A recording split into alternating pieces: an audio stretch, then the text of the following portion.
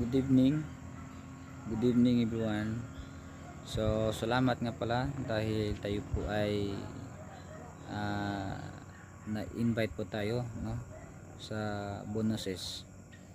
So, kung gusto niyo ma-invite sa bonuses, dapat yung mga video ninyo na naka-record lang, tapos upload. So, sa sa aking na experience po,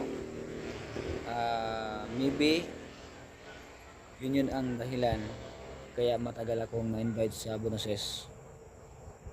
So yung mga